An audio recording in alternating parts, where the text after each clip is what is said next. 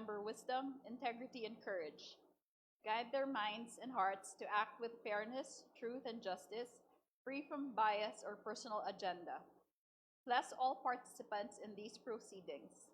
May this process uphold the Constitution, serve the best interests of the Filipino people, and reflect your will for our nation. We pray for all our leaders, that truth prevail and justice be done. In Jesus' name we pray, amen.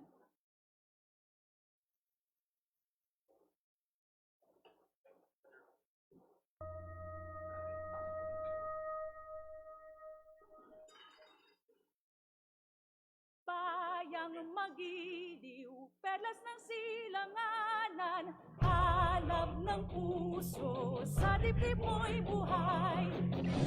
Lupang hinirang, duyan ka ng magiting. Sa manlulupi, di ka pasisingil. Sa dagat ang tutok, sa simoy at sa langit mong lugar. May dilag ang tula at awit sa paglayang minamahal. Ang islap ng watawat mo'y tagumpay na nagniningning. Ang bituin at araw na kailan pa may di magdidilim.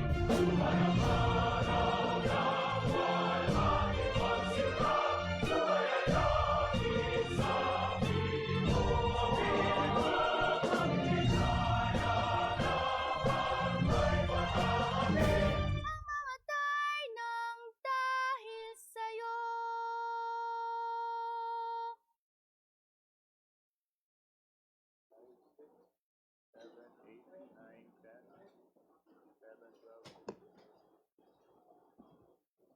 Today is May 4, 2026. The hearing of the Committee on Justice is hereby called to order.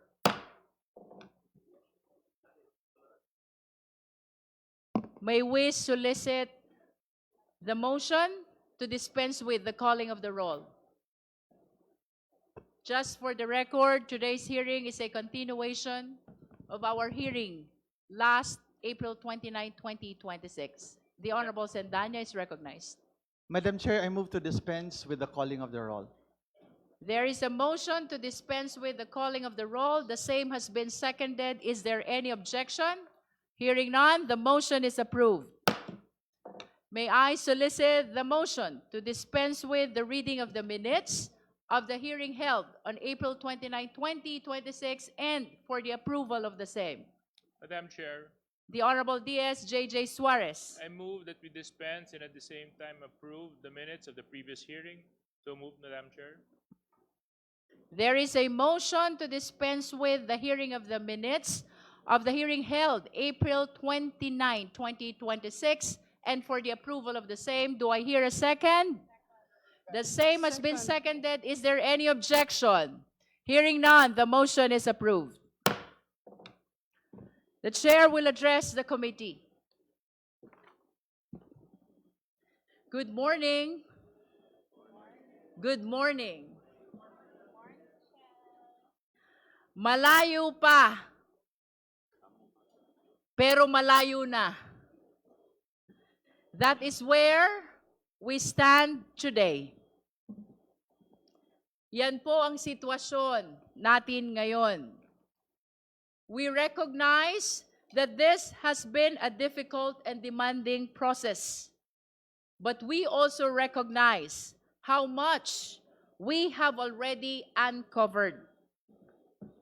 Marami na tayong naabot sa mga nakaraang linggo. Today, we share a quiet sense of accomplishment as we recognize and honor the distance we have traveled since we first began. Saksi tayong lahat. Marami tayong pinagdaanan.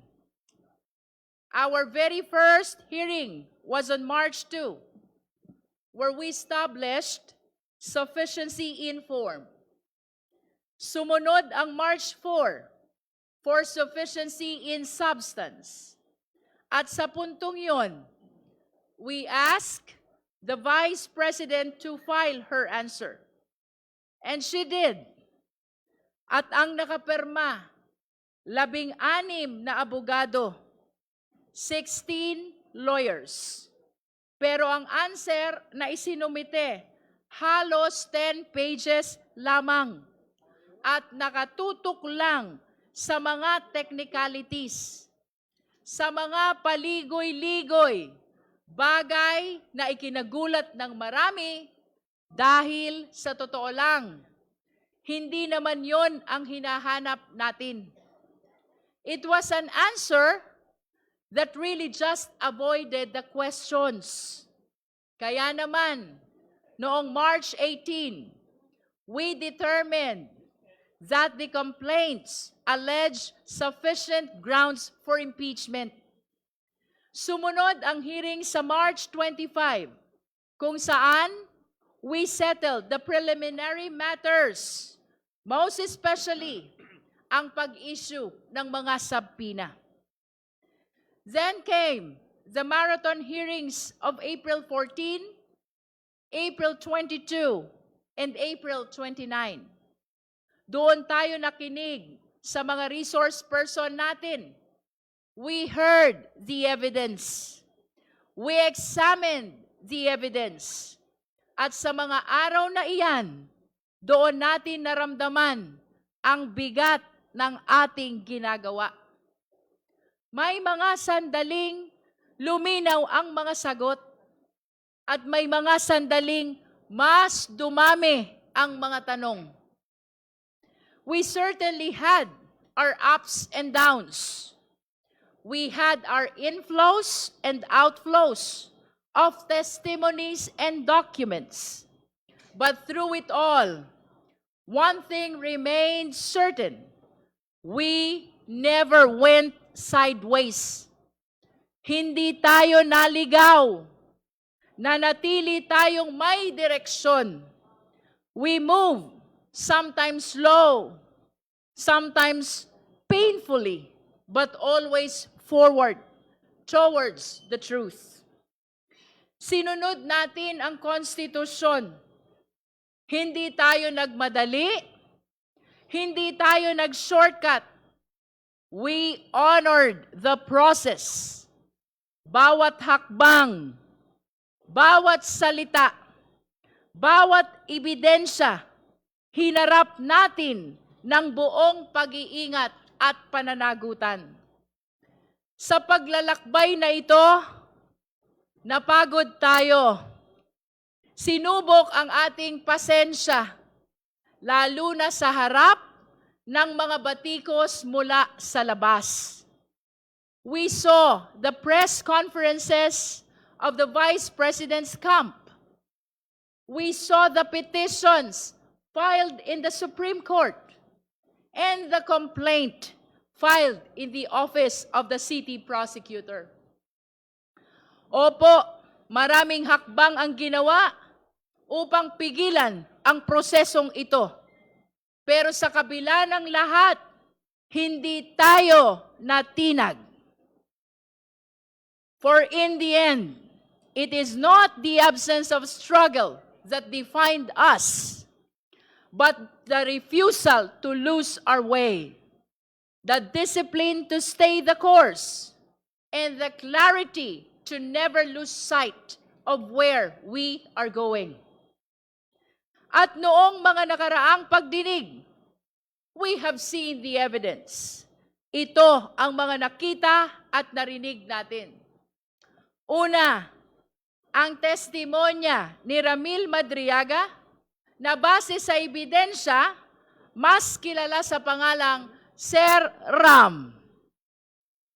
Pangalawa, ang mga misteryosong envelopes at ang mga questionableng resibo. Pangatlo, ang paliwanag ng NBI tungkol sa magkakaibang pangalan, ngunit iisa ang pirma. Pang-apat, ang sertipikasyon ng PSA na walang record ang mga pangalang katulad ng Mary Grace Piatos. Pang-lima, ang COA findings na nag-uutos ng refund na 73 million at 375 million. Pang-anim, ang ulat ng AMLC patungkol sa 6.7 billion na mga transaksyon. Napakalaking halaga na dumaloy sa mga account ng Vice Presidente at ng kanyang asawa. Pang-pito, ang mga natuklasan ni former Senator Antonio Trillanes IV na ang malaking bahagi ng kayamanang ito ay may kaugnayan sa illegal drugs. At ang mas nakakagulat, ang pahayag na ito ay tumutugma sa record ng AMLC. Pangwalo, ang mga dokumento mula sa SEC na nagpapatunay na walang kinikita ang mga kumpanya ng Vice Presidente kahit na natili siyang aktibo sa isa sa mga kumpanyang ito, nang ibig sabihin ay pinagsabay niya ang pagiging Vice Presidente at pagpapatakbo ng negosyo. At nitong huling pagdinig lamang, noong April 29, dalawang bagay naman ang napag-usapan natin. Una, ang selyadong kahon mula sa BIR na sa kabila ng matinding debate, hindi muna natin binuksan. Kahit nasa kapangyarihan naman natin na buksan ito. Sabi nga ni Deputy Speaker Janet Guerin, ang puso natin ay gustong buksan ito, pero ang isip natin, nagsasabing huwag muna. At dagdag pa rito, nagpahayag si Congressman Benny Abante, hindi porket kaya nating gawin ang isang bagay, ay dapat na nating gawin. At ang pangalawa, ang mga ebidensya ng pagmumura at ang pag-contract ng assassin. Grabe po itong mga ebidensyang ito, lalo na yung video ng Vice Presidente. Kong Laila de Lima described it perfectly when she said, noong gabing iyon, nakita natin ang totoong Sara Duterte. Nanlilisik ang mata, halos bumula ang bibig, at lumabas ang dugo sa tenga dahil tila ba sasabog na ang kanyang ulo sa galit. At that point, Congresswoman Janice Digamo once again shared her own painful experience. As a victim of political violence herself, pinaalala niya sa atin na ang banta ng pagpatay ay hindi biro. Ito ay seryosong panganib sa buhay ng tao. Yan po ang lahat ng natalakay natin at pinag-aralan natin lahat ito. Sinuri ang bawat anggulo, katulad ng paalala ni Congressman Brian Poe noong nakaraang pagdinig. Seryoso ang tungkulin nating ito at dapat tratuhin ito na may kaukulang respeto. At sa gitna ng lahat ng ebidensyang ito, sa kabila ng lahat ng diskusyon natin, may isang bagay na hindi nagbago. Ang upuan, ang bakanteng upuan. Sa bawat ebidensya, walang direktang sagot. Sa bawat tanong, walang paliwanag. Naghintay tayo ng salaysay mula sa Vice Presidente sa ilalim ng panunumpa. Pero ang tanging humarap sa atin ay ang tahimik, ang isang bakanteng upuan. Ngunit mapagtatanto natin na meron na pala tayong hawak na ebidensya mula mismo sa Kanya. Hindi na natin kailangang tumingin pa sa malayo. We already have a sworn statement. isang sinumpaang salaysay, ang tagal na palang nandito, ang kanyang salin. Isang dokumento, siya mismo ang pumirma, siya ang nanumpa, at siya ang nagsumite. At malinaw ang nakasaad doon, walang cash o cash deposit. Ngayon, itabi natin ang salin na iyon sa lahat ng ebidensyang ating naipon. Doon lumabas ang tanong na hindi na natin matatakasan. Kapag ang sinumpaang dokumento ay nagsabing zero cash, pero ang official report ay nagpapakita ng bilyon-bilyong transaksyon, saan tayo maniniwala? Kaya naman, noong April 29, the Committee on Justice decided that we have seen enough. No need to extend. No need to give one more chance to someone who refuses to attend. Sabi nga ni Congressman Percy Sendanya, hindi na kailangan ng makeup class ang laging nagkakating class. By a unanimous vote, this committee found probable cause to impeach Vice President Sara Z. Duterte for culpable violation of the Constitution, bribery, graft and corruption, other high crimes, and betrayal of public trust. That brings us to today. Ngayon, May 4. Kukumpirmahin natin kung anuman ang mga nangyari noong nakaraan sa pamamagitan ng isang committee report. We are therefore here to finalize the committee report along with the attached resolution setting forth the articles of impeachment. Our task is to approve these documents and transmit everything to the plenary.